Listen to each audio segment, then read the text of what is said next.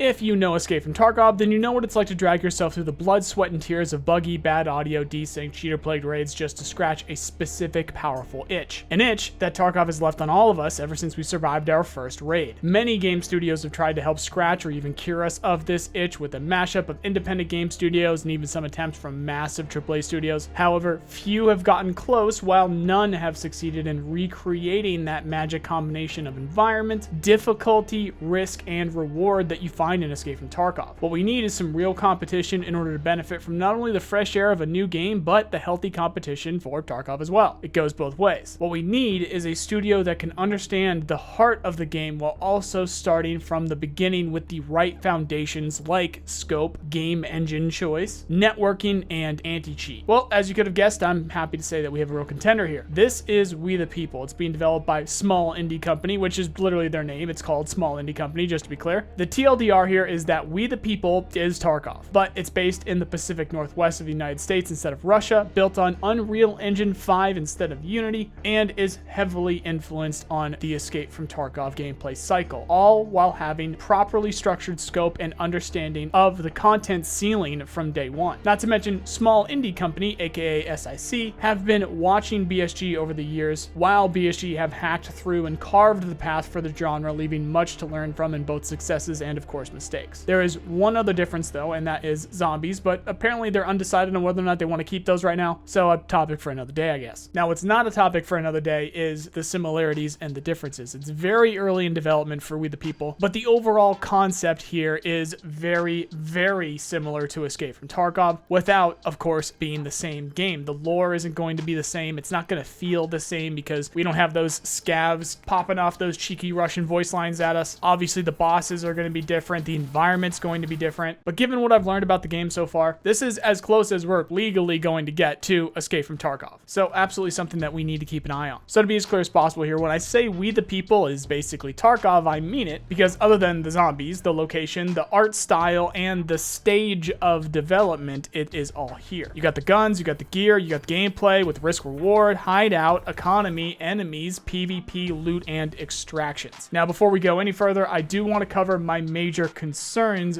being the current stage of development and the dev team's experience. When I see this gameplay, I see the hundreds of Unreal Engine indie game survival shooters that we've seen pop up over the years, and it worries me, but given the stage of development, it's completely understandable for now. If it's not understandable to you, then just look at what Tarkov looked like in 2015. Yeah, we've come a long way. Now, even then, the reason why that worries me is because it's the core problem in this genre right now, which is seemingly unsolvable. With that core problem being no real experienced and financially stable game studio wants to make a move. The only people interested are these small, independent, and less experienced studios who are obviously capable of delivering on the gameplay feel or scale or visuals required to make a true competitor, but always seem to fall short somewhere due to that lack of experience only found in massive studios, or at least so far. So actually, in practice, it seems you can either be big enough to be capable of making the game right, but too big to make the format profitable for you, so you don't end up doing it actually correctly, and then you end up with stuff like DMZ or Hazard Zone or Marathon, or at least what these rumors are pointing to for Marathon, which we'll get to in a second, or the team is too small to solve every problem and take forever to even get close. It's just the reality of the situation. In terms of where I can see this going wrong, it has to fall on the visuals and gameplay, both of which again have the completely valid excuse of just being not ready yet. It's too early, because We the People is years away from being ready compared to Tarkov directly. We are talking 2016 Tarkov standards from what I can see, maybe even earlier. And that's in terms of the progress on the project, as well as both the experience and size of the team developing it. SIC is just a handful of devs with mixed levels of experience. But again, so was BSG when they were at this point. The major differences between Tarkov and We the People is that We the People is starting with a focus around Tarkov's biggest problems while building the rest on top. Another concern for me is if they can't deliver on the gameplay feel and overall vibes, then it will never be able to actually compete with Tarkov, in my opinion. It would be something that we add to the list of attempts that couldn't quite figure out the secret formula. Even with all of the bugs, network issues, and cheaters currently in Tarkov, there is always that one perfect raid where you don't get any of those issues, and that is what we're always chasing, for better or worse. And we know that that exists within Tarkov. We don't know if that exists within We the People, at least yet. If We the People's best possible raid feeling ends up not being close enough, then that's obviously a problem. Moving back to the positive side of things, things, there's lots of avenues SIC can, will, and have already started to take in order to avoid problems with the game. For one, they both are themselves Tarkov fans and are working directly with substantial names in the Escape from Tarkov community during the early stages of development, not to directly shape the game, but to give opinions and insight into what makes Tarkov that game that we can't stop playing, and trying to diagnose the itch that it leaves us all with. The important part here is the timing of the input from the Tarkov community, as it is the very beginning. As unfortunately, we have an example of what not to do apparently, where we have a solid leak that came out of Bungie last week, where apparently several veteran Tarkov creators played Marathon, which in case you didn't know is Bungie's new IP, and it's going to be an extraction shooter heavily influenced by Escape from Tarkov. Now, apparently the rumor is that when those Tarkov creators that were asked to come play Marathon early were asked if they would play it right now, none of them said yes, which is obviously not good. So as long as these rumors are true, that is again proving that for some reason the AAA studios are completely incapable of even understanding what makes Tarkov tick. Obviously not ideal and has me on edge about covering Marathon going forward, but we'll see what happens. For better or worse, it is the first AAA studio to actually make their focus of their main IP an extraction shooter. So if they end up fumbling this, then that's going to be some real data on that. So in conclusion, We the People is Tarkov if it was built on a better engine and started from the beginning with the proper scope and cheater defense. What I imagine the rest of the Tarkov community will be waiting to see is whether or not the rest of the game shows up on top. I have the ear of SIC and have already done an interview with the creative director. Let me know if that's something that you guys would want to hear in full, otherwise I'll chop it up a bit. And I will of course try to cover as much as I possibly can on the progress of We the People as they move on through development, as only time will tell what SIC will be able to put forward, but there's still a lot of time between now and any kind of real release. That's all for now, guys. Like if you did, sub for more, comment what you think, check out my other channels for other games right here, like Star Citizen, which is popping off right now. Otherwise, thank you very much for watching, and I hope you have a nice day. See you guys.